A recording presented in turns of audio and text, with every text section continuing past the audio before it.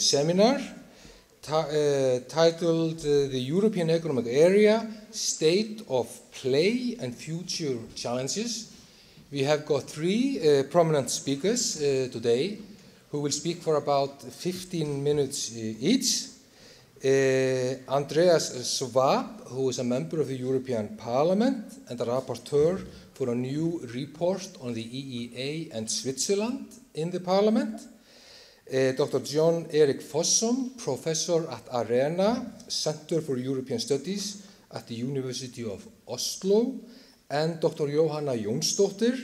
She holds a PhD in European Studies from Cambridge University and is a senior official at EFTA.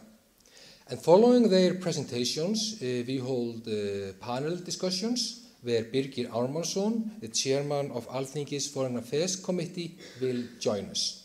So altogether, this session lasts for 1.5 hours. We plan to finish about 10:30. So let's move to the first speaker. I would like to give the floor to Andreas Schwab, who is going to talk about this upcoming or forthcoming report in the European Parliament. Schwab. Mr. Schwab, please, the floor is yours.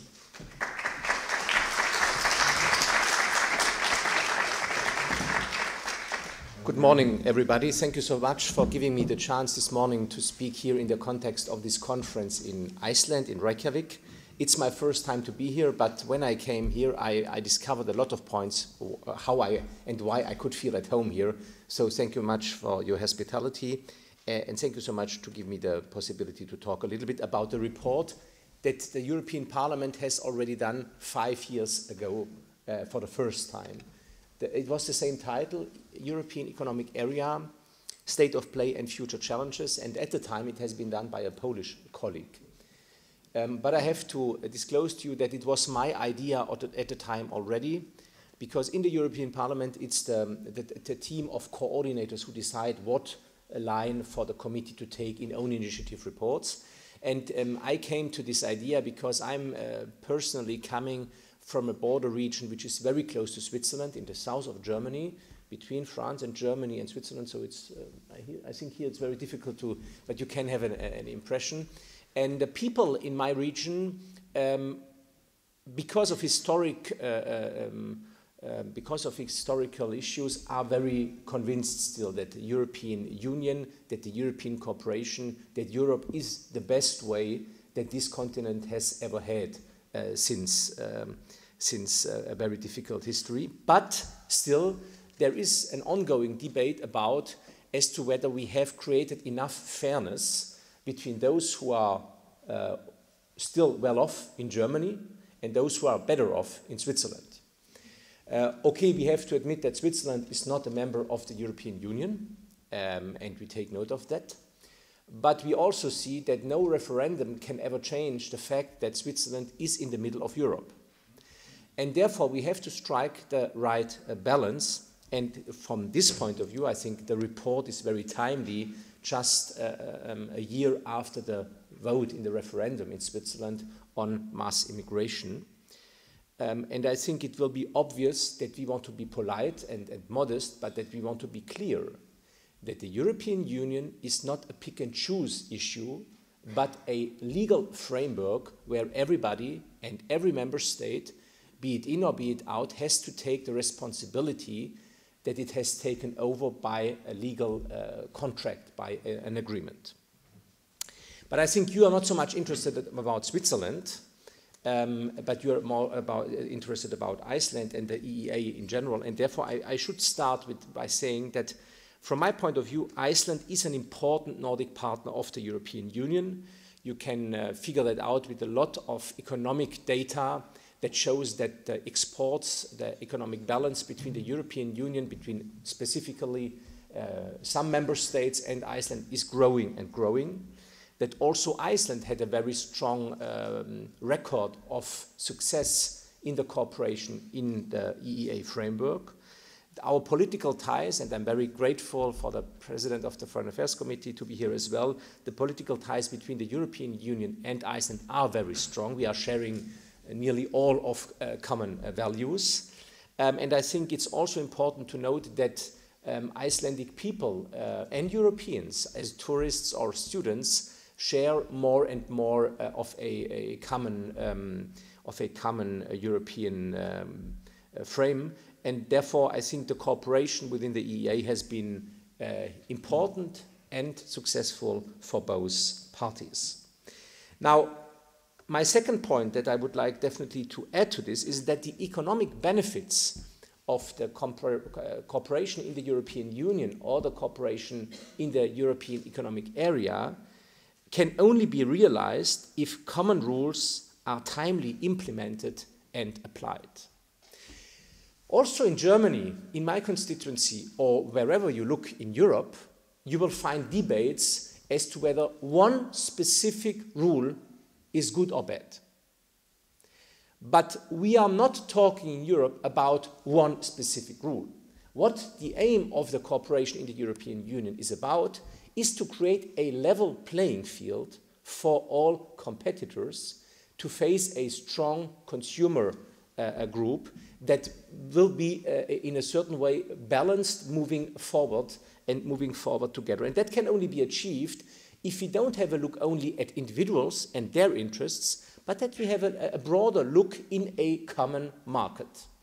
And a common market is still far away, to be honest. We have achieved a lot, but the Internal Market Committee has given me 2 years ago the task to draft a report on the topic of single market governance. And what we concluded there was that we have to improve again and again the timely transposition and the unique implementation of EU rules also within the European Union.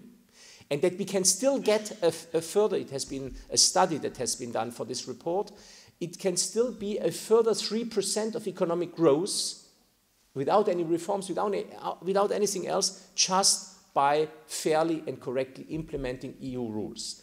But as I tell you, that doesn't mean that every single rule is always a rule that makes everyone happy in the European Union. I was also, and I think that is very funny, after some press, some media coverage yesterday, I was also the rapporteur for the Consumer Rights Directive. A very broad proposal of the European Commission 6 years ago. And for sure, it was a very difficult decision that we had to do in the Internal Market Committee, in the Internal Market and Consumer Protection Committee, how to steer this legislation. And it's still the case that not all of the outcome makes everyone happy. Some rules may be more favorable to some consumers, some rules may be favorable to some businesses, and you even can not easily strike the line for all 28 member states. There are some member states, for example, like Germany, that still have a 2-year period for guarantees. There are some member states who have even more. So it's not easy to strike the right balance, but what we believe in is that in the end, whatever rule we will apply all over the European Union, the economic benefits for all will be higher instead of having 28 different guarantees rule all over the place. And I think this is even an argument for business, also in Germany, to say it's the scale effects of such a common basis and common rules are still much better than compared to the situation we had 50 years ago, where we had a scattered market with 28 different rules in 28 different member states. So single market governance therefore has become also a topic in the current debate of the European semester, where the Euro member states, those countries that have the Euro as a currency, want to improve their economic governance. And for sure there is a lot of work to be done to reform, to stick to reform plans, and I won't mention some countries that are even not on the map here, but it's obvious that one part of this economic governance to strengthen the economic growth in the European Union must also be a timely and correct implementation of single market rules, because that's the driving force of the European economy. So I have a little bit shown you that the debate on how to apply common rules is a debate that is not only done outside the European Union, but also inside, because the transposition deficit, and we have a scoreboard where you can very easily see how member states implement and how fast it moves ahead, This debate is not just a debate in EEA countries, but also within the European Union. And therefore, we are faced with a common problem, but we are also having a common goal, because we believe, and I don't doubt about that, to be honest, we all together believe that common rules in the European market, which in the end nonetheless has a lot of common values that we want to defend, is still in the interest of all of us, of all businesses and of all consumers, if you take the average. For sure, it might be possible that you find a small group of consumers in one given country that for whatever reasons had a specific rule that protected them better. It may be possible that you find in a specific small country one entrepreneur that had a better deal by protecting his market outside the common rules. But economically speaking, in the long run, a common market which gives the preference to competition, to fair competition, and to fair consumer protection is in the long run the better choice, and therefore we still believe that we should go down this way. What I already mentioned was the Swiss Immigration Initiative, which has brought up again the topic on how to proceed within the EFTA, within the relation with Switzerland. And as a neighbor of Switzerland, I can only tell you that our businesses are doing extremely well because of a very close cooperation. And that in this situation, I think it would be stupid to destroy what has been achieved. And therefore, I think it is obvious that the European Union tries to find a right balance of being clear that common rules have to be applied all over the place in the same way, but that also we take some time to try to settle the issue with our neighbors from Switzerland. We still face in Switzerland a similar problem that we also face in a certain number of EEA countries, and this is the problem that within the EEA framework, the EEA states have agreed to implement the same rules as in the European market without deciding on them, but that was the choice of the EEA states at the time. And there is unfortunately still a little backlog of implementation. And as I pointed out to you, if we want to achieve the common values of this common market, it's of utmost importance that this implementation is done at the same moment in all member states, and therefore we hope that all countries take it serious, what they have promised when agreeing to the EEA agreement. I think I made already some comments on what is a text of EEA relevance. For sure, there is a discussion in some EEA countries, but I could also make the same comment on EU rules, that on these directives that we are doing, there is always down a little bit in brackets text with EEA relevance, and that means it should also be applied to EEA countries. But what is not written is that the text is applied to all EU countries in any way. And also in EU countries there is a debate in specific moments on specific rules as to whether these are the right rules for the right issue. But this is decided in the end in a democracy by the parliament, and that's the way it is. And we try hard to find the right balance, but in the end it's majorities who decide, and therefore there is no debate on EU relevance of EU texts. And so I think we should avoid to have a debate on EEA relevance of a text, because the aim, as I pointed out, is a common market with common rules, which is not always easy. My third point is that I would like to make clear that in a globalized economy or in a globalized world, it is even more important to defend common values together. And I think this is the driving force that has led to the EEA agreement with those countries who didn't want at the time become EU members.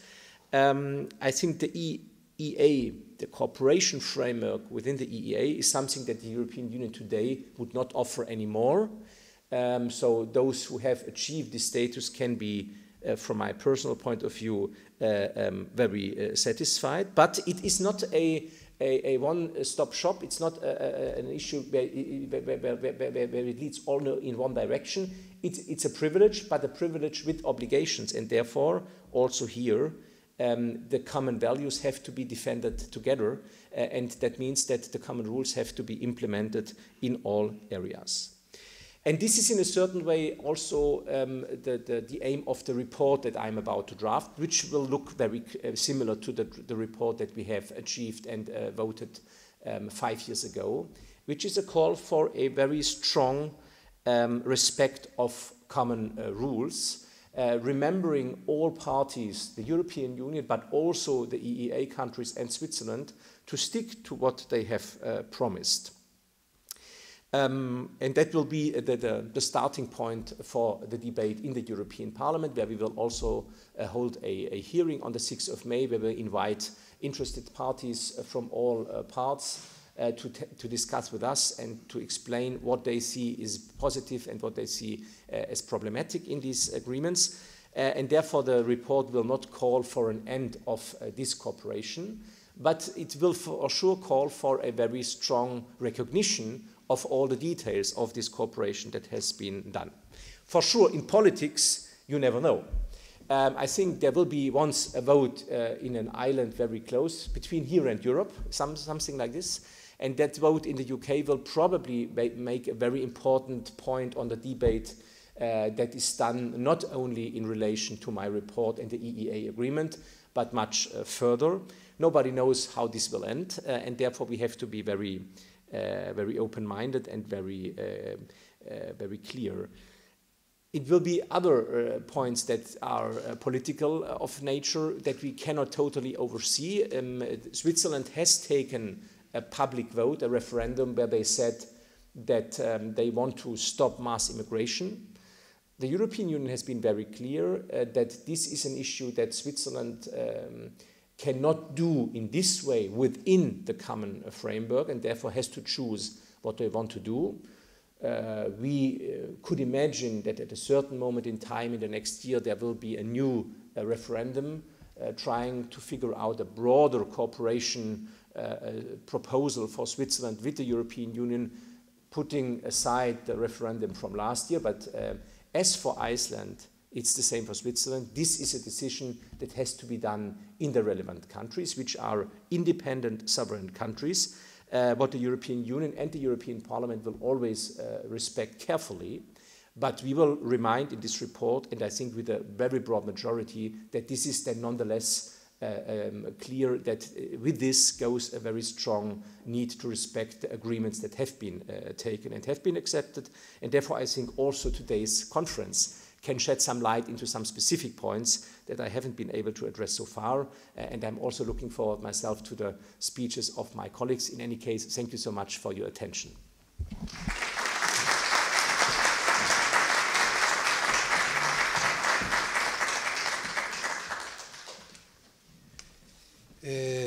Thank you very much. Now to our second speaker, Professor Fossum.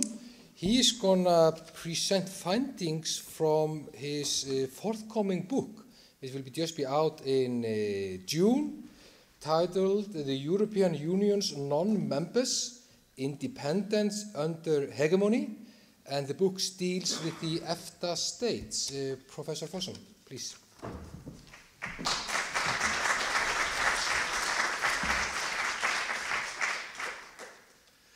Thank you very much, and thank you very much for the invitation. It's a great pleasure to be here.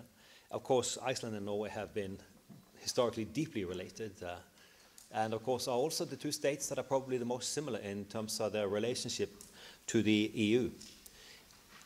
Today I will give a talk that is to some extent an extension of a project we conducted earlier in connection with the Norwegian constitutional anniversary last year. It was the 200th anniversary. And our take was to look at the current situation and to see what is left of the constitution. So the angle I take is on democratic constitutionalism. I'm not looking at the economic aspects of the EEA agreement, because I do think there's a significant consensus in Norway that the EEA agreement is good in economic terms. I don't think many people have a problem with this. But I'm dealing with the political, democratic and constitutional aspects of it. And the title is rather interesting. And the book is actually dealing with these issues. And I'll explain to you also why we are using these types of terms. Just as a backdrop, I think it's useful to keep in mind that there are 4 types of states in Europe, and that the states we are talking about today, the EEA states and Switzerland, belong to the states that qualify for membership but have decided not to be members. So that's a distinct category of states. There's of course also many states that do not qualify but want to be members. So I think just to keep that in mind as a kind of different groupings of states. And of course, the two states do make up, they have formed different forms of affiliations. The verdict is that the EEA agreement is a hierarchical, multilateral, and therefore more binding form of affiliation. I think in substance, on the ground, what our Swiss colleagues are telling us is that the differences are formally speaking significant, but not so important in actual practice. But this is something that we can discuss. When it comes to Norway's relationship, and I think you already heard something about the EEA, you are rule taker basically only. And also I think what Norwegian legal scholars are saying is that indirectly Norway is subject to the EU precepts of supremacy and direct effect, even if the EEA agreement is a two-pillar structure with bridging institutions. De facto, there is a much more direct transfer of rules and regulations as if you were in a member state setting. And of course, being fully fledged members of the economic market means that Norwegian citizens are transnational market citizens and have the same rights to mobility and so forth as other EU citizens have. So that's another set of rights and obligations that ensue from the economic aspect of citizenship. The political dimension, of course, is different. And I will say something first about the nature of the relationship, then something about the EU and how that is changing the understanding of sovereignty. And then I'll finally say something more internally about the effects on Norway that we have seen from this type of relationship. And we also have to keep in mind, of course, that every state, whether it's a member or not, in these types of agreements, have representatives in the EU.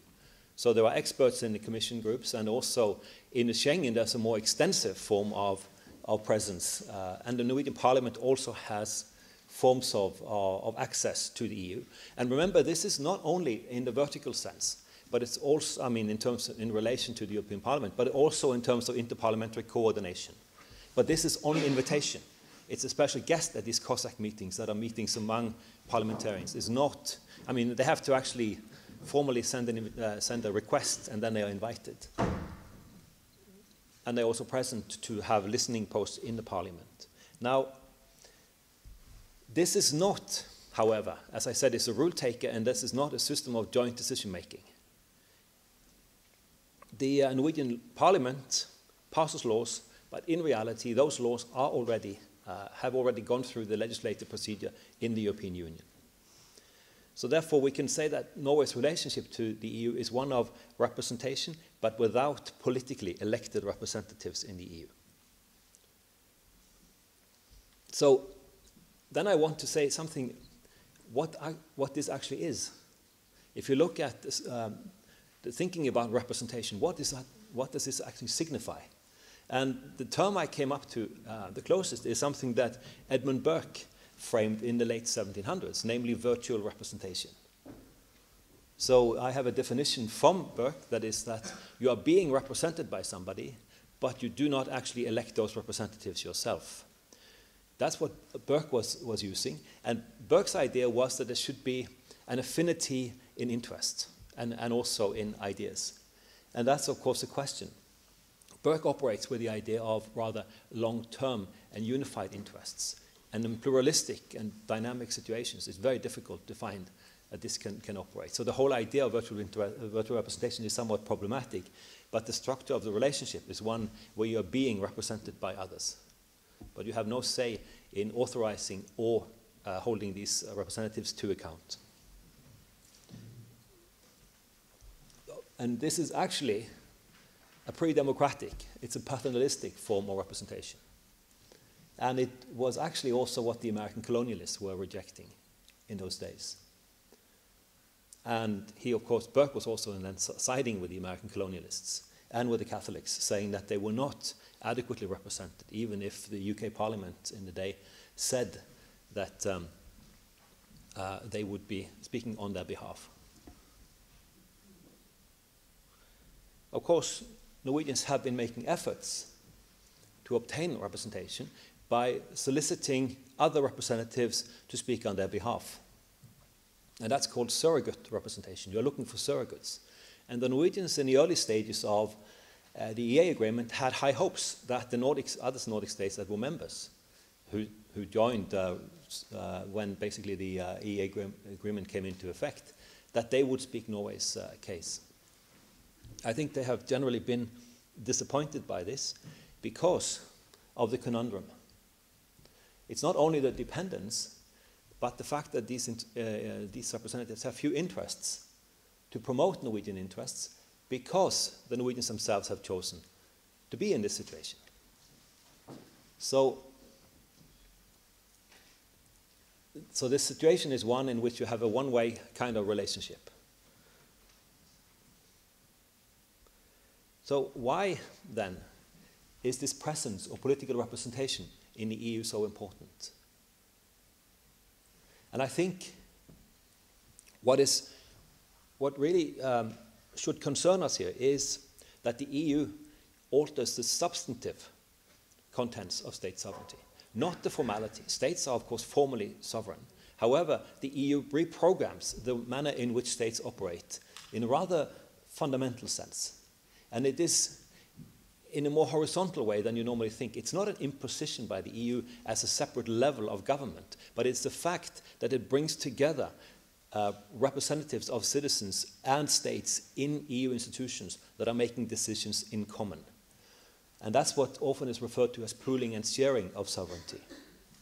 So this is basically the situation, and that's a difference one you normally think about in terms of sovereignty. The pooling and sharing, of course, is something that is consensually made. States have agreed to do this. They have gone through formal decisions, and they've also had referendums through the various treaty changes and so on. So this has happened in a reasonably democratic way. I say reasonably democratic, but it is how you operate in international affairs, and this has been subject to procedures in the sense. This implies that participation in common institutions is needed in order to influence those decisions that the EU's member states have agreed to undertake in common.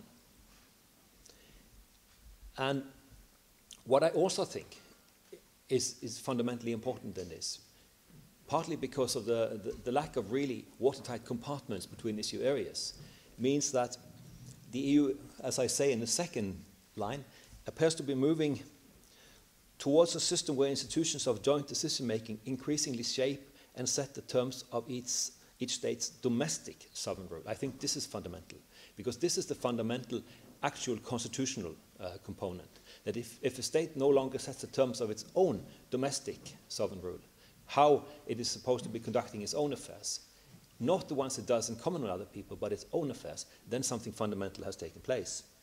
So the upshot of this is that you need EU representation in this kind of system in order to ensure both a say in common affairs, but also to have a say in the setting of the terms under which you are operating yourself.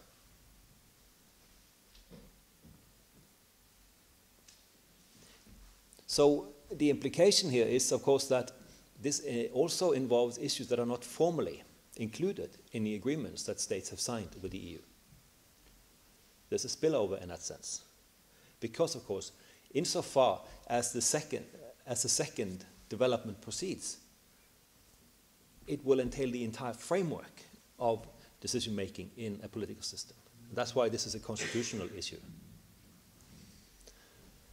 And what we see then with non-members, of course, is they lack access to those decisions that EU member states have taken and have agreed to undertake in common. But they also lack access precisely to set the terms. So if this development of shaping the conditions under which states determine their own situation, if that is proceeding, then this particular deficiency will become also very problematic. So the more the two conditions apply, the more fundamental the challenge is to the constitutional democratic arrangements in the non-members, in these particularly closely affiliated non-members. Keep that in mind. So you could say that this would then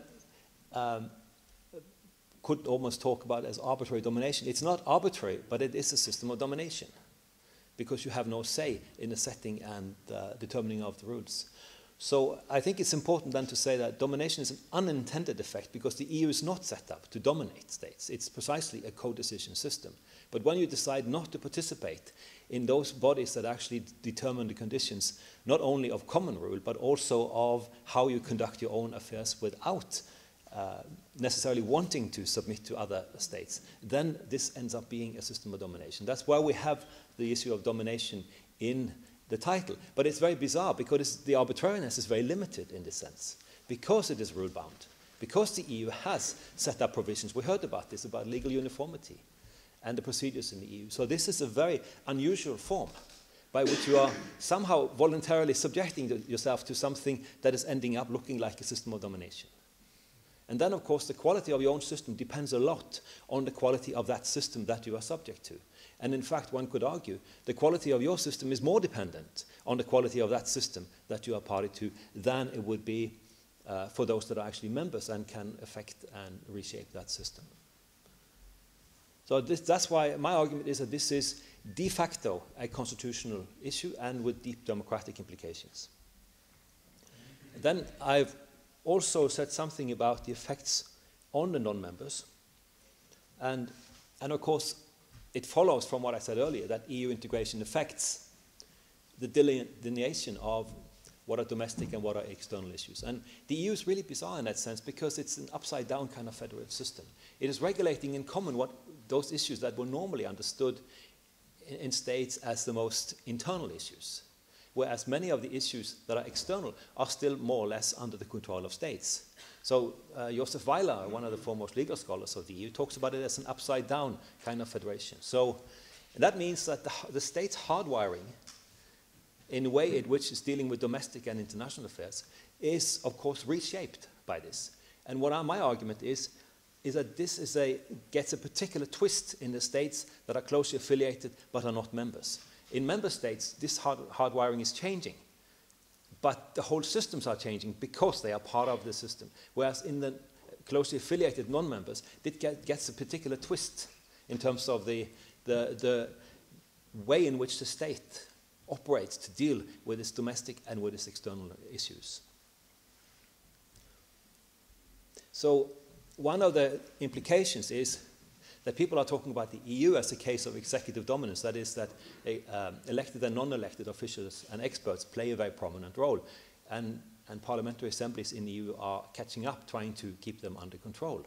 Of course, my argument in the EES situation is that this would become more prominent. And there's actually also a paradox in the sense that the more proactive the government wants to be in the decision-making processes, the more this system of prominence of executives in the decision-making process will be pronounced, because the executive needs to be very early on, and it cannot really listen to what the citizens think about issues before it's actually staking out its positions, because it has to do that in relation to its international partners. You can say that the principal-agent relationship is almost reversed, in the sense that there's an external principal that's looking at the government, and the government becomes some kind of an agent. Okay, I'm pushing this, but that's sort of one way of thinking. So, but the conundrum for the government is, if it wants to have a say in the decisions, it also has to operate early in the early initiative stage, because that's when the terms under which decisions are taken will be determined. So this is a paradox, and the structure is such that it privileges the executive in relation to parliament in this sense. The other element is what I was saying about this hardwiring. In Norway, as opposed to in the other member states, the parliament is dealing with EU issues still as if they were external issues, and therefore its own dealing with them, of course structurally speaking it has to, but its own dealing with them is therefore much more passive, much more responsive purely. Partly because when the decisions are coming to the parliament, they are basically passed anyway. so they have to take it. So there's very little leverage for this. You can look at this if you examine the scrutiny committees and compare the Danish and the Norwegian ones. They are very dramatic. They're dramatically different. The Danish one is an active scrutiny system that instructs the ministers. The Norwegian one has briefings by the ministers to the committee members. It's very, very different. We looked very carefully at the debates in this and seen the significant difference. And also, what we see is that when so many issues are bound up by agreements, of course, elections change the hue, because the politicians know that many issues they can't really fight over. So you get other kinds of spectacles. This is something that should have been more significant, more deeply investigated. You could imagine that you get a stronger symbolic aspect, more personality focus, and other kinds of interesting effects in the elections rather than over large packages of the direction of society. And also, I call it gag parties in the sense that any coalition government, and Norway has coalition governments, will have a constellation with at least one party that insists on not changing the status quo, meaning that the big governments that might want to opt for membership basically cannot do so because they will have to choose between being in government or pushing the EU membership issue. So there's a gridlock in the way in which the coalition politics are stacked in a sense. And that means that the membership issue, which is the fundamental constitutional issue, is put aside. And I also would argue that this stimulates the adaptation process because it depoliticizes the actual adaptation. Because people do not see the principled cumulative effects of the adaptation because they are focusing much more on single issues, because those are the issues on the agenda the whole time. But the larger picture is set aside because the parties have a big problem of dealing with it. So they cannot function as formulators of alternative constitutional visions of any credibility, basically. This is a very strong statement, but I put it on the table. So one possible effect of this could be that it could be particularly stacked in favor of populist politics and responsiveness.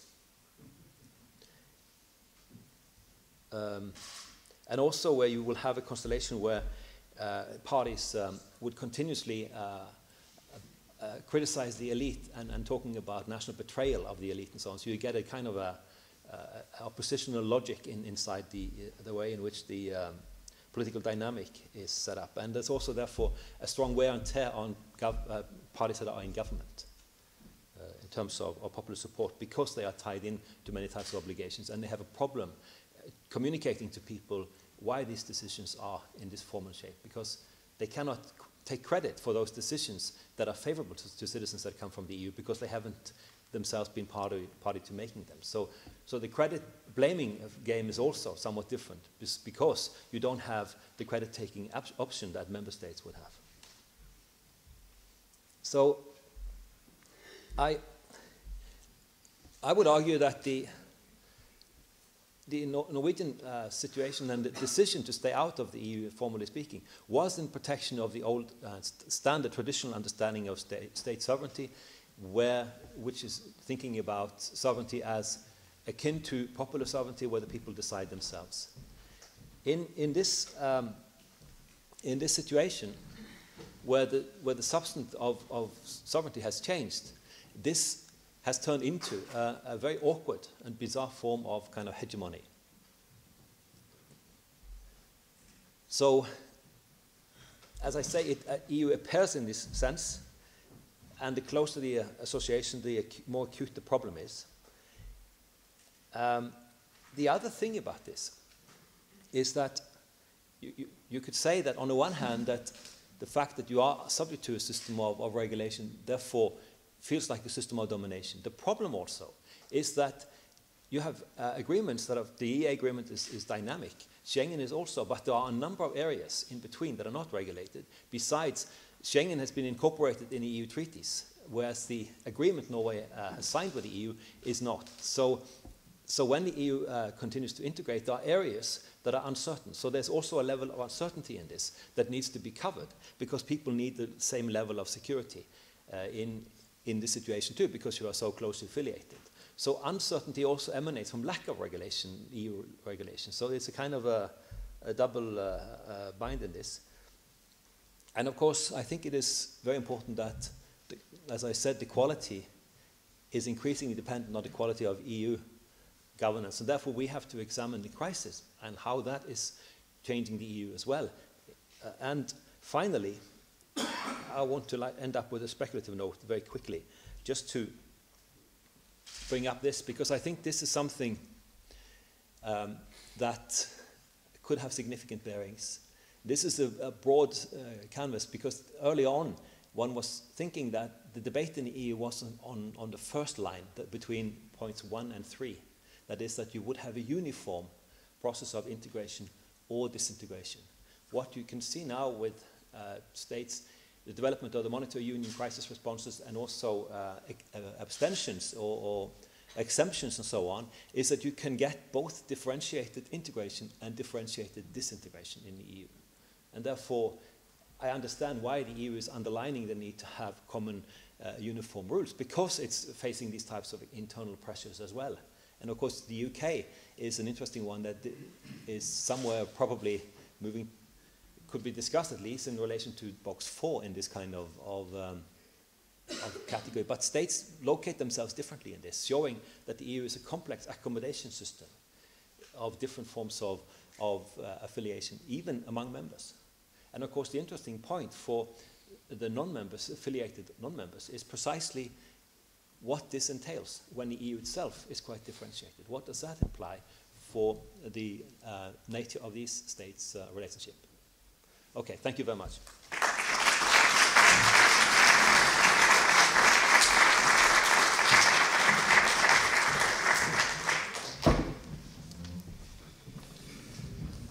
Thank you very much. Now to our third speaker, Jóhanna Jónsdóttir. Her title is Speeding Up the Incorporation of EU Acts into the EEA Agreement. Jóhanna, the floor is yours.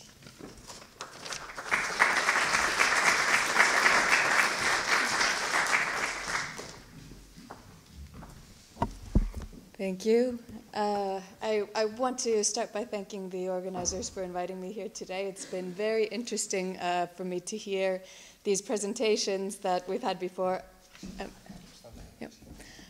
on the bigger picture on how the EEA-EFTA states and Switzerland relate to the EU. Before, as Baldur said before, joining EFTA, I used to belong to the academic world where I was also thinking about the bigger picture. But now I'm a bureaucrat, and we like rules and procedures. So my presentation will be a bit more technical than the presentations that we've heard before me. But I also just want to begin by asking, can anybody tell me what's wrong with this news clipping?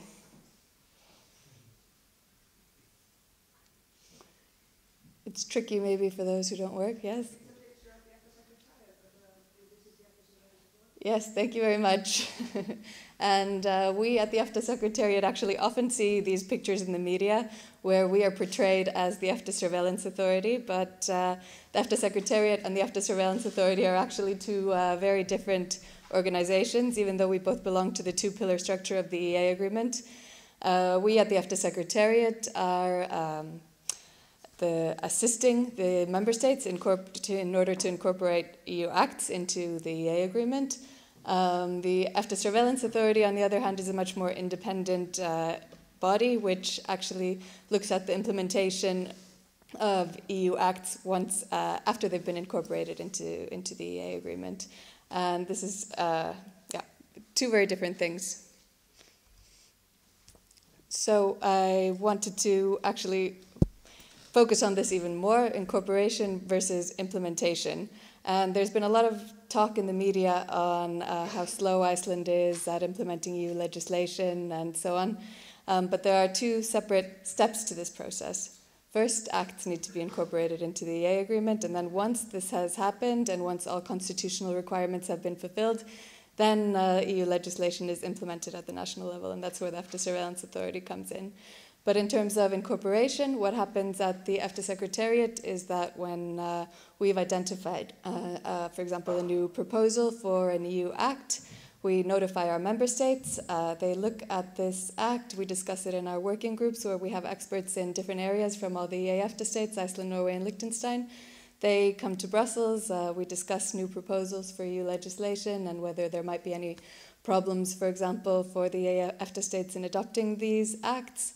We often try to influence the EU as well. If we have specific views on an EU legislation, we invite representatives from the Commission to come to our working group meetings, also often representatives from the state which is in the presidency of the EU, and also increasingly now members of the European Parliament or the committees of the European Parliament.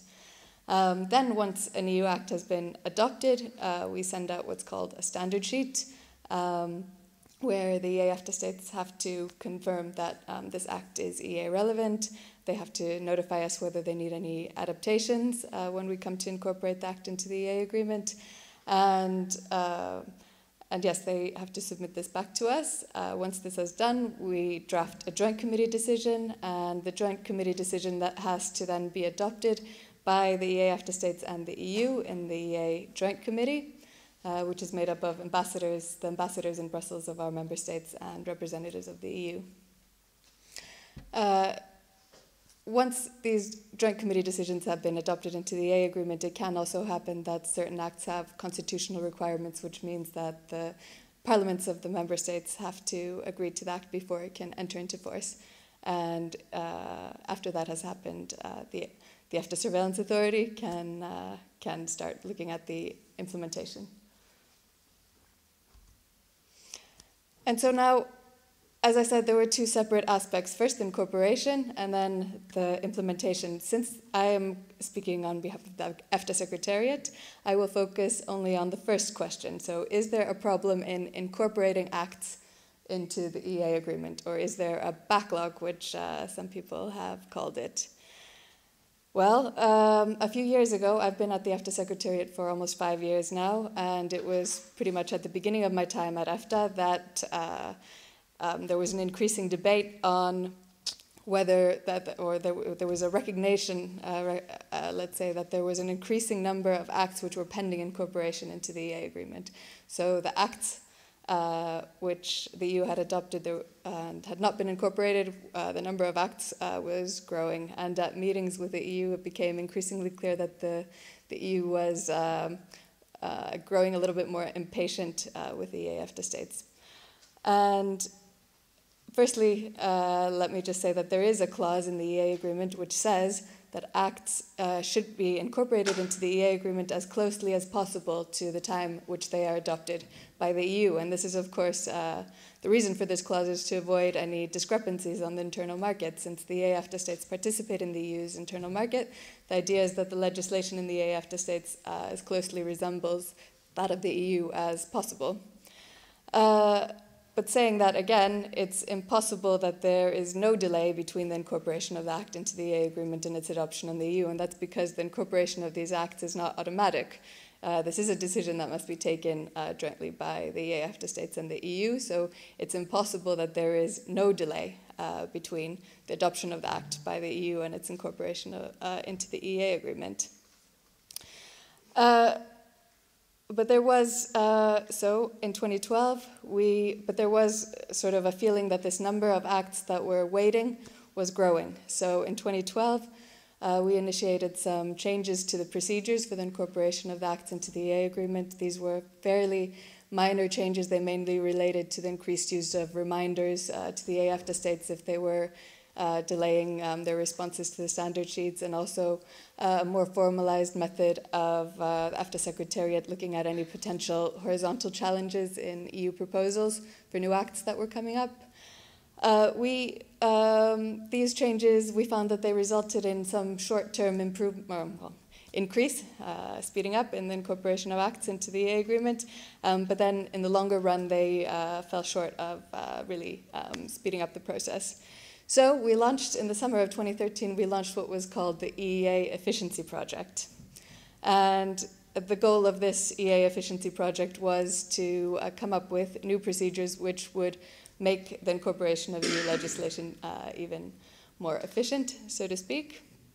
And this project found that in October 2013, there were 500, and if I remember the number correctly, 571 acts which were on the so-called monitoring list.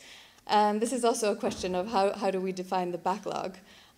Is it all acts that have been adopted by the EU but have not been incorporated into the EA agreement? Or is it acts which have been adopted by the EU and we've surpassed all the deadlines that we had for incorporating them?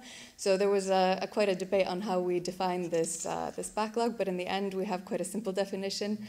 And we have what's called a monitoring list, and these are all EEA relevant acts that have been adopted by the EU, which have not been incorporated into the EA agreement, for which the compliance date on the EU side has passed. And in October 2013, we found that this number was 571. The EA efficiency project also found that the average time for incorporating acts into the EA agreement was 16.8 months, so almost a year and a half. Whereas if we had been following the normal deadlines, the process should have taken about 3 or 4 months. So we found that we were exceeding the time limit. But the EA Efficiency Project, the steering committee of the EA Efficiency Project, as it was called, came forward with a proposal early in 2014 for changing our procedures. And these procedures were adopted by the EA Standing Committee in May 2014, and they entered into force on the 20th of October 2014. And there are basically 3 main changes to the procedures.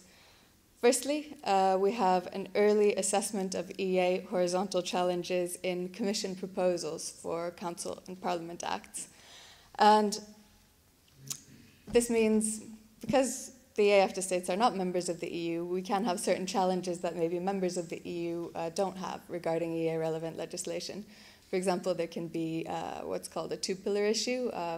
Here's where we have maybe some sort of issue with the 2-pillar structure of the EA agreement, whereby we have the EFTA Court and the EFTA Surveillance Authority on one side, and the Commission and the Court of Justice of the EU on the other side.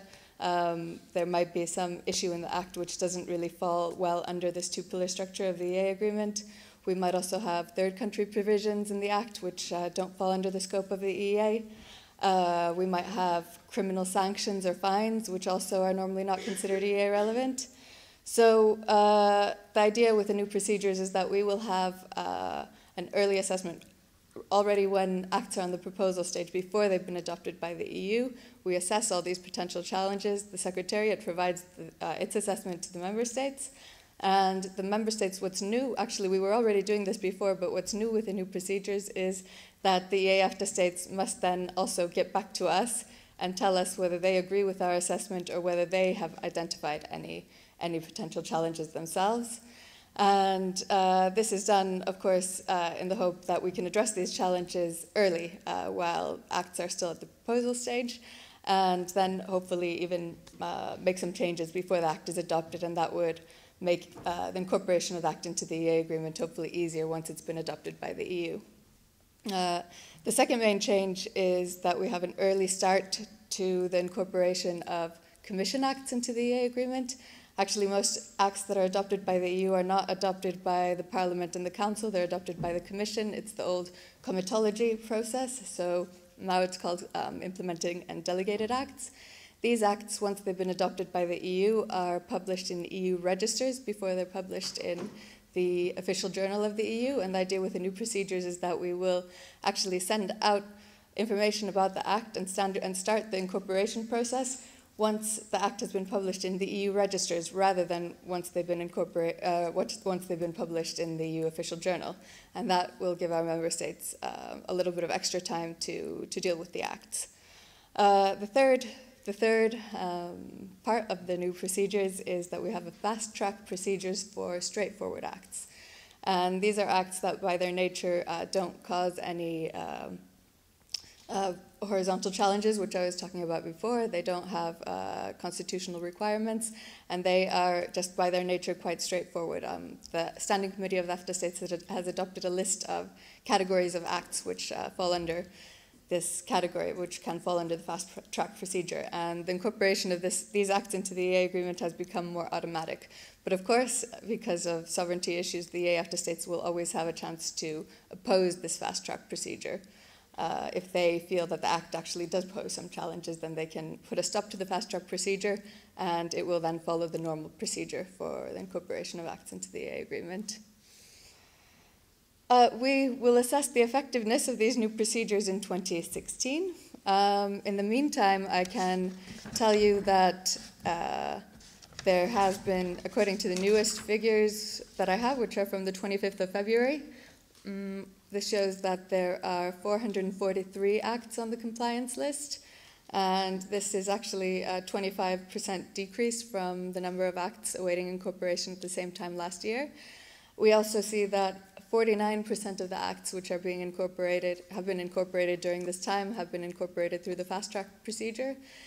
So it does seem like, based on preliminary findings, that the incorporation of acts into the EEA agreement is becoming a bit more efficient. But of course, it's a bit too early to assess this, and we will have a proper assessment in next year. And then, in case anybody is really interested in learning more about these new procedures, we have a handbook which explains in detail how they work. And this is available on our website. I also have a few hard copies for those who are very interested.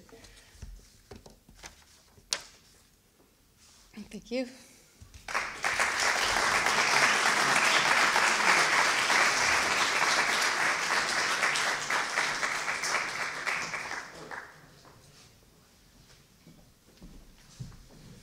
Yeah, thank you very much, Joanna. Now we move to the panel discussions. May I please ask the speakers to come and sit here.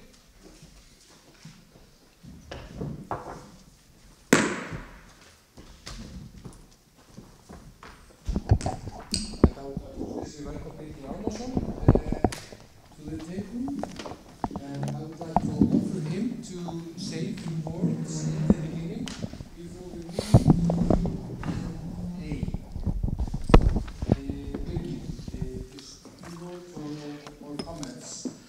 Well, thank you for inviting me here. It's a pleasure for me to take part in this panel and listen to those interesting lectures here before. I think the speakers have been mentioning many of the issues we are dealing with day to day in my committee in the Parliament. One is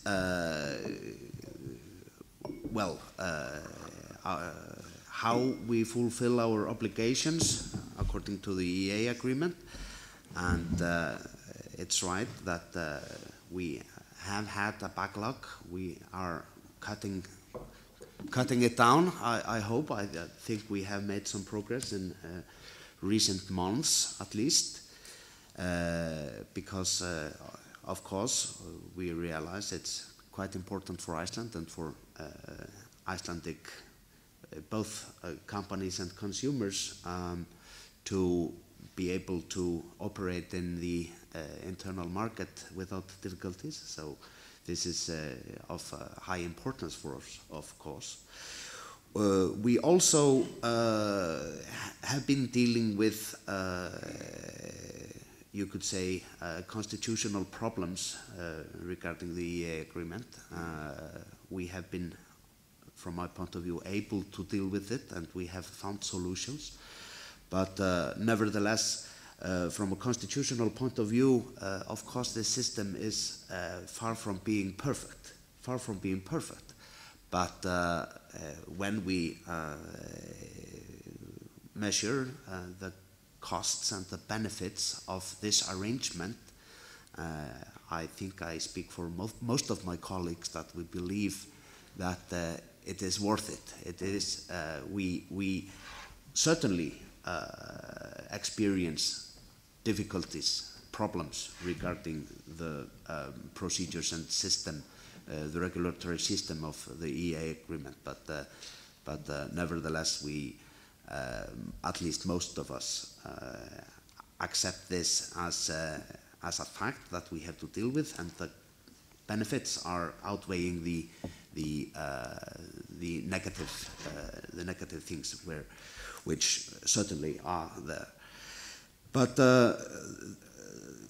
when I'm not here to ask questions, but nevertheless, when I was listening to my colleagues here, there were some questions that came to mind.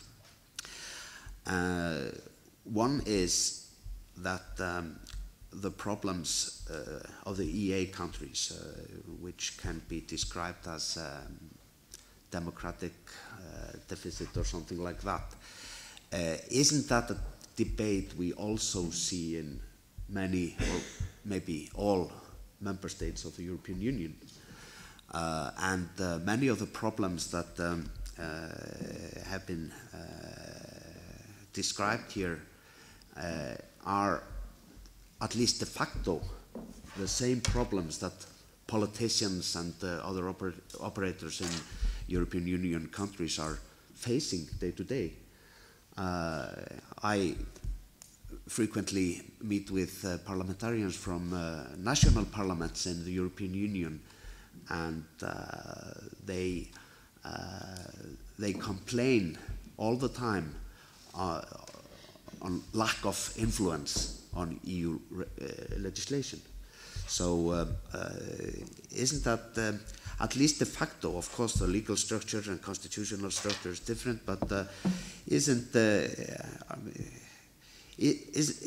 this a problem that people are dealing with all over Europe? Secondly, I wanted to ask maybe all the experts here and my colleague from the European Parliament, isn't it, well, of course, everybody knows the European cooperation is dynamic and the EEA agreement is dynamic and things like that. But isn't it a fact that when it comes to the internal market, which is the heart of the EEA agreement, that the European Union is increasingly broadening the sphere or the field that is included in the internal market? My feeling is, I have no research or anything to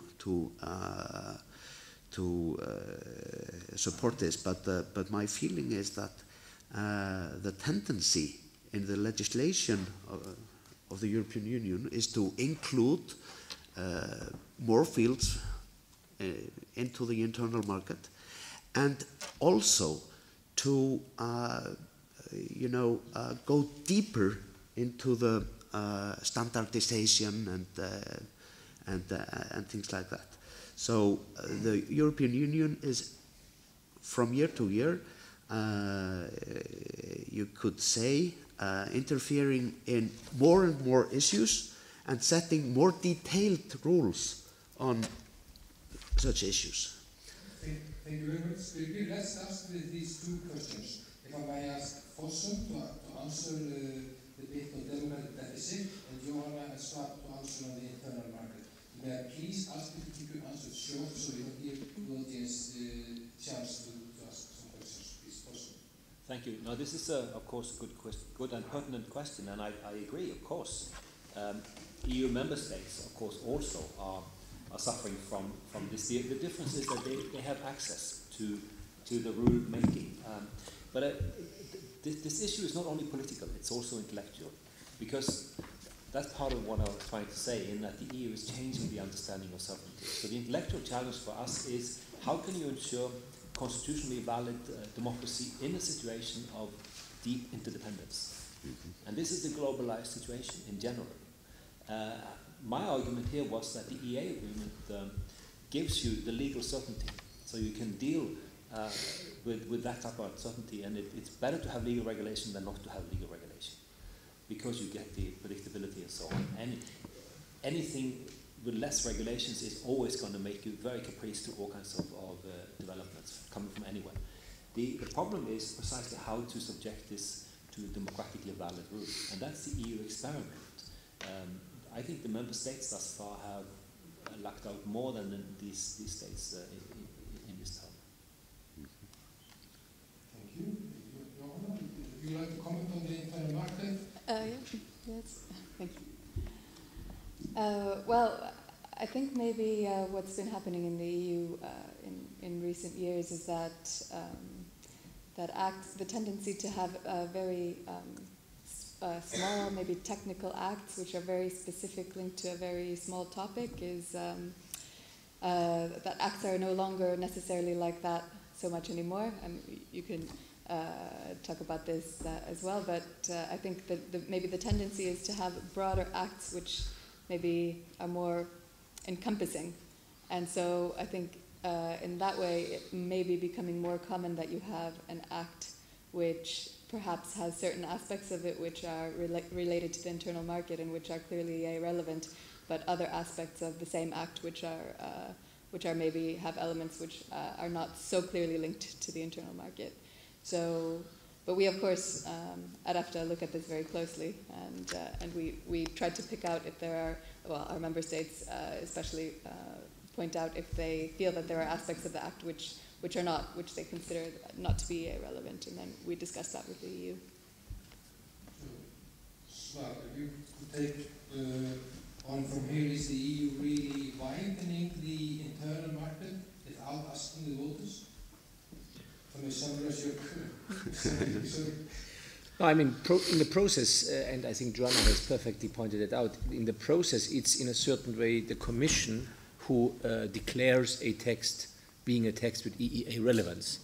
And frankly speaking, nobody cares about that. Nobody talks about that.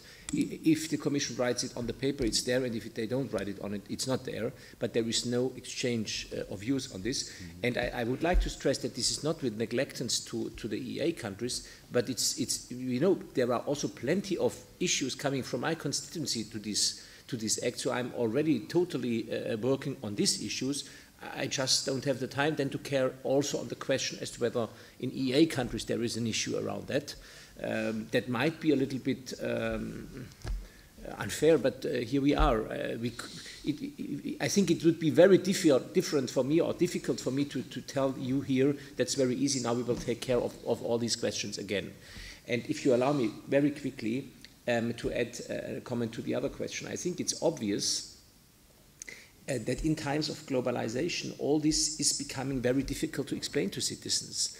But for example, in the financial crisis, we even declare openly that even the EU is a level too small to regulate the question, because we are in international competition. And even there is the question, what does the EU have as a power to intervene there?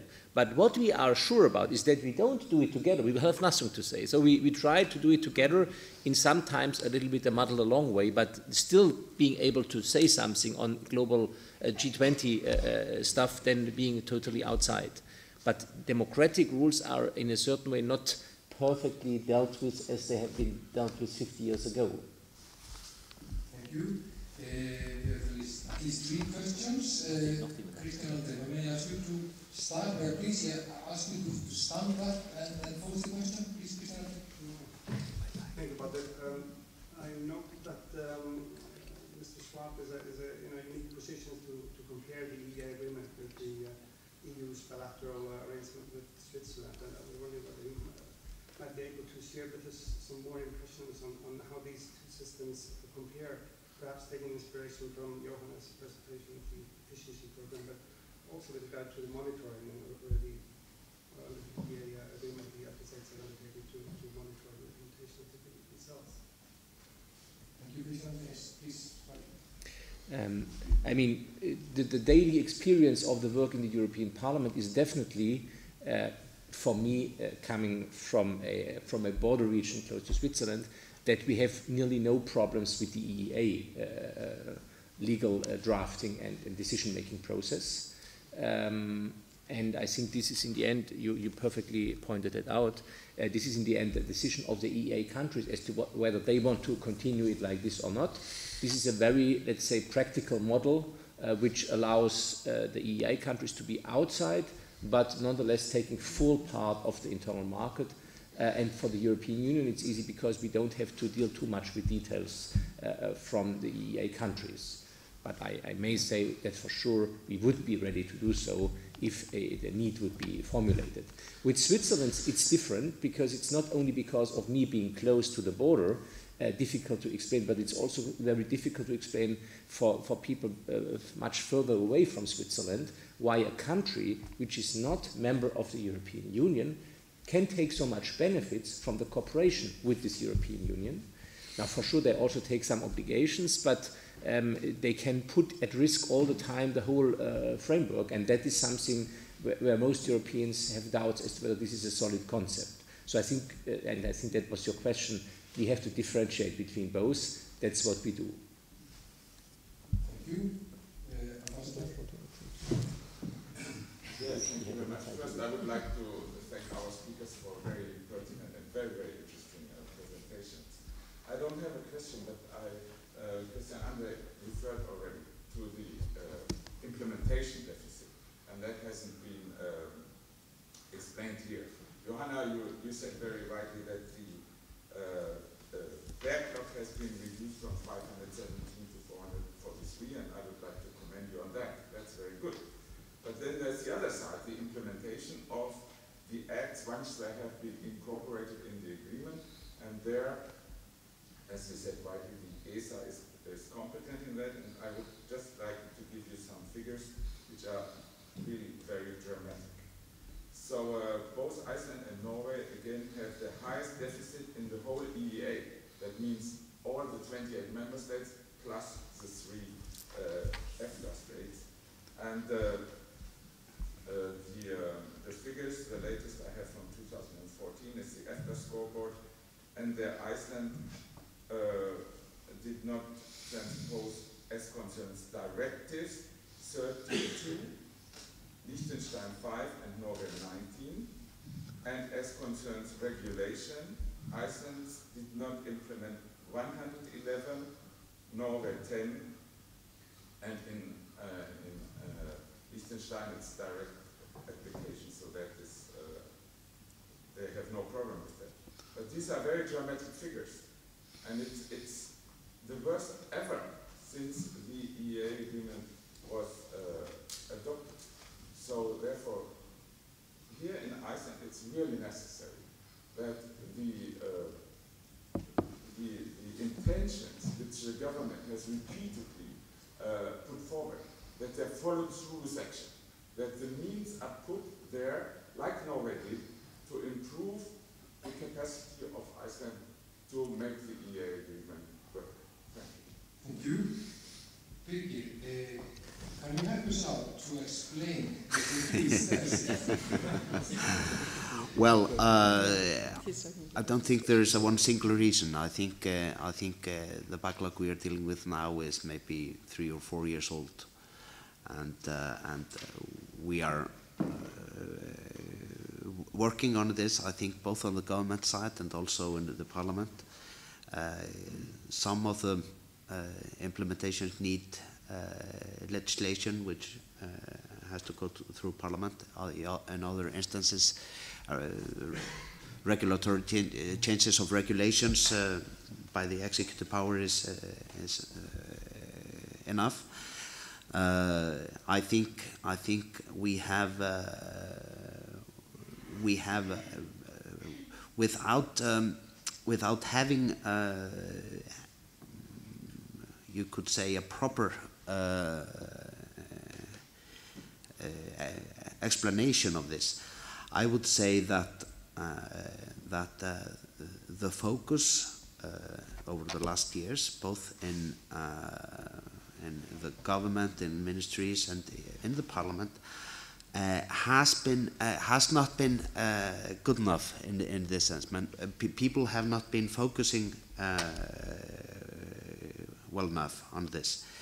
I think that has changed. I think there is work going on by the ministries in trying to improve their work. We have also gone through some changes in our procedures in the Parliament to improve this.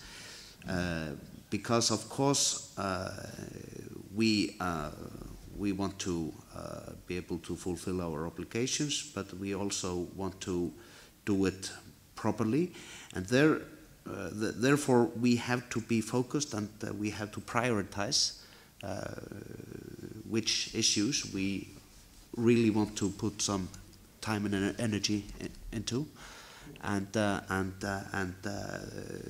I think a lack of priority has been the main problem, I believe. Continuing this, please. May this have to do with increased Euroscepticism in the Parliament, especially within the governing parties? Well, I wouldn't say so. I think the government party's policy is quite clear that we want to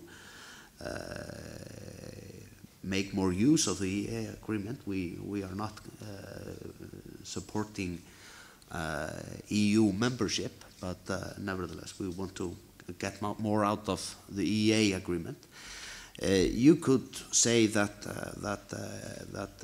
from individual members you hear Euroscepticism.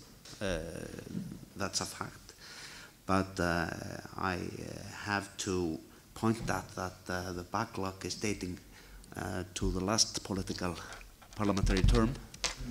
So some of the problems may have perhaps be traced to the years 2011, 2012. Thank you. You have first to explain the situation in Norway. As you know, we have a relatively pro-European political class. Why are you not fulfilling your duties within the EEA, if I can say so? I do think that, of course, there's also skepticism. The Norwegian public administration is generally quite efficient, so I don't think there's anything in this. I mean, I don't know any details on this, and I haven't spoken to the people involved in it. But Norway is also mixed on the issue. Of course, you have, as I said, the parties themselves don't want to touch the EU membership issue, and the polls are very low now. So there are some issues that are very sensitive on this as well, and some of them have been discussed and so on. I can understand that the government, for political reasons, is dragging its feet.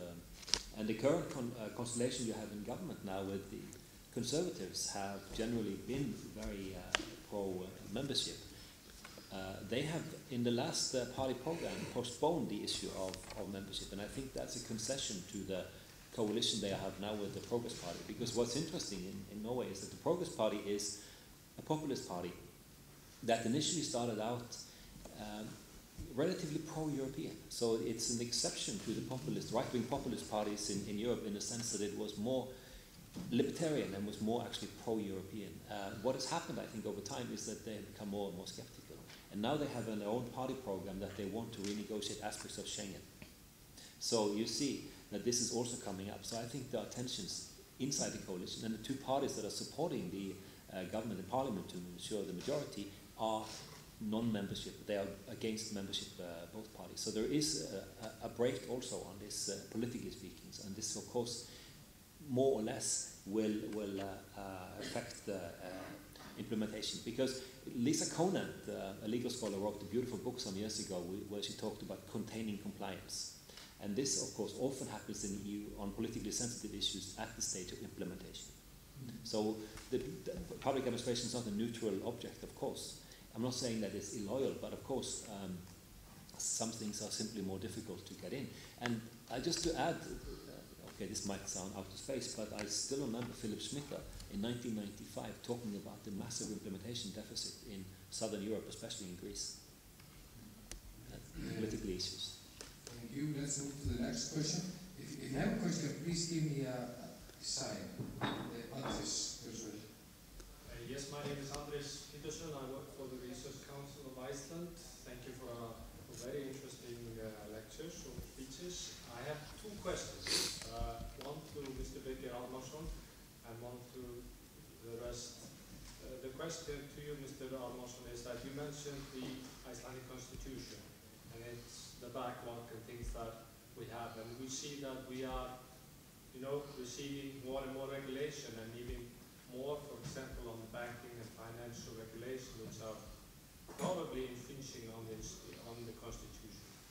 And my question is, how long can we continue with this without really making some changes to the constitution? What is your opinion on that? The second question is maybe to Mr. Schwab and Johanna, is that we have, since the economical collapse here in Iceland, currency restrictions, so in a way we are infringing on the free flow of capital. And it seems that it's becoming quite difficult to lift those restrictions. How long can Iceland, in a way, infringe on it, even, say, some would say, break the EEA rule on free flow of capital? Thank you. Yeah, well, this constitutional issue regarding the EEA has come up, of course, several times. I think in the last 10 years we have in Parliament been dealing with five issues of that kind, and we know, like you mentioned, the financial regulation, that such an issue is on its way, but we have been following the work of the Ministry for Foreign Affairs and the Ministry for Finance in that sense, and we believe that we have found a solution there which can be tolerable from the constitutional point of view. So I would say that we have been able to solve those problems, but nevertheless I'm also sitting on the Constitutional Committee appointed by the Prime Minister in the beginning of this political term, and this is one of the 4 issues we are mainly dealing with there. It's the question of transfer of powers to international organizations. And well, I believe we will be able to find a common solution there, but it's too early to say how exactly that will be formed. But this is certainly one of the issues which are on top of the agenda in that work.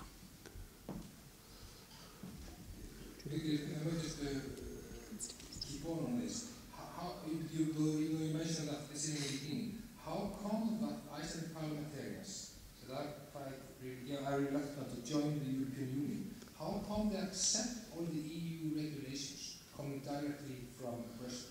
May it have to do with the fact that agriculture and fisheries are not included in the agreement, and the politicians still keep control over these important political and economic sectors. And they don't simply, should I say, don't really care about the rest? No, I don't think so. I think this is for, of course, individual members may estimate this differently, but from my point of view, this is of course not a perfect situation, but when we are weighing the costs and benefits, this is a practical solution, you could say. And of course it has influence that agriculture and the fisheries are outside. I think of course everybody knows that that is quite an important factor, and but you know, I think for Icelandic politicians, of course, there is sometimes impatience and irritation of this system, but nevertheless, I think we accept this as a tolerable and a practical solution. Thank you. Sir, and Johanna, on the second question, on currency flows.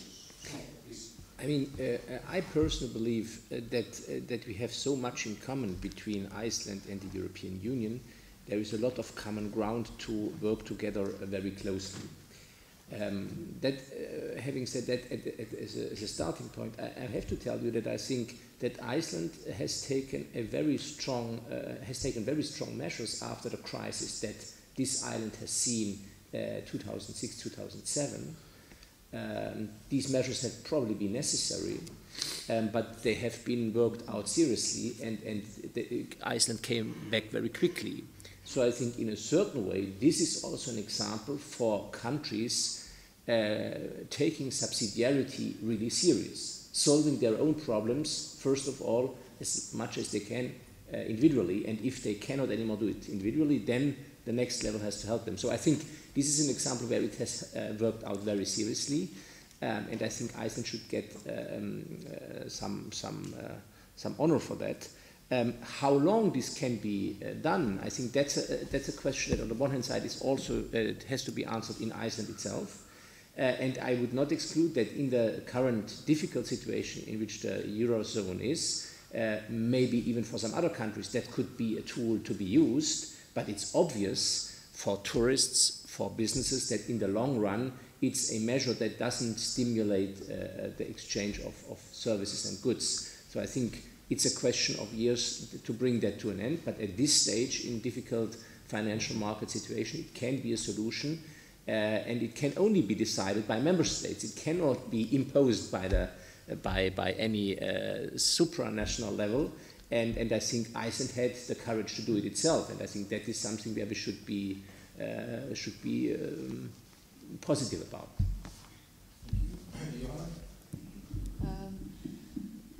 Regarding how long Iceland can keep the currency restrictions, I'm afraid I can't tell you that. What I can tell you is that Iceland regularly notifies its EA-EFTA partners in the EU at EA Joint Committee meetings about the continuation of the currency restrictions. And so far, the EU seems to have accepted Iceland's argument that they're still necessary. I guess it will depend on what the EU does and whether they feel that the restrictions are no longer necessary, that they may begin to put some pressure on Iceland to lift them, but I can't tell you how long, I'm afraid. Also, may I ask you to comment on these two questions and maybe about the time is running out, the future of the EEA agreement? Wow. A few words. Yeah. How long is Norway willing to pay for Iceland's access to the internal market? If I allow myself to be proactive. Norway lives with this. As I said, there's a strong consensus in Norway that this is better than not having a fixed and regulated relationship. So I think that's the bottom line of this. Apart from that, there are some type of political gymnastics, to make this look okay, as I was also trying to point to. I think some of this will depend on how the EU develops as we move along. And there are so many uncertainties in this. We have basically now only talked about economic factors, but what about the political and security aspects that are coming up? And for Norway, the Russian build-up and Putin's stance in itself, I think, is a fundamentally important factor. And I would suspect that factor will also bring Norway closer to the EU, because the EU is coordinating very much of Europe's role in this. So I think this is in itself a fundamentally important dimension that needs to be taken into consideration, that could drive other types of developments too. We don't actually know how much this will be, because if you do see more green men and so on in the Baltic states and further aggression in Ukraine, people in Norway are going to be more nervous, because we have a direct border and we have been in the Cold War and integrated in NATO and so forth. So to us, I think this is an important issue. You will have different stories on this in Norway. I happen to be among the people who are afraid of this and who is concerned about the EU also developing a clear stance on this. So that's my personal view on this. I'm working on democracy and constitutionalism, and I'm extremely disheartened about the developments in Russia too, of course. So that's one dimension. On the other institutional developments, it depends also on the role and salience of the UK in the EU. And of course that again also has a security dimension. But in terms of the EU structure, it also depends on the stabilization of the monetary union. Because this, in the EU, this to me is a big institutional dynamic. You hear now that I'm not talking about the EEA agreement as such, I'm talking about that as something implicit in the larger system because it's baked into it. But I think that the dynamo and the motor here is the EU itself. And we are tagging along and trying to relate to. We are responding to what's happening in Europe, and we have to see that. We're not setting out our own terms and so on, we are responding. And what is interesting, what we are trying to show in the book is that there are no alternatives to some type of binding commitment to the EU. This fantasizing in Norway about the free trade agreement and so on is a pure fantasy. And the more international developments and economic collaboration and so on is continuing, you have to stabilize this too, in that sense. Thank you. We have, of course, the chairman of the Alþingis Foreign Affairs Committee here with us. So if I ask you to say the last words, maybe one of the things you just mentioned is the so-called Russian threat going to move us closer to the European Union? Perhaps not. I think, of course, it's interesting to see EU's growing role in coordinating political response to the events in Eastern Europe. But, well, from my point of view, EU is rather weak when it comes to hard security issues. There we still depend on NATO. We still depend on the alliance with the United States. And I think that is not going to change in near future. But of course, on the political side, EU has played an increased role, and that's interesting. But I think for the political debate in Iceland, at least, I don't think that will change so much, not in foreseeable future. Thank you very much. Thanks for excellent lectures, comments, and questions. I would like to finish on the note that the Institute of International Affairs will hold one more meeting on the EEA this spring on the 8th of May. Thank you all very much for coming, and have a nice day.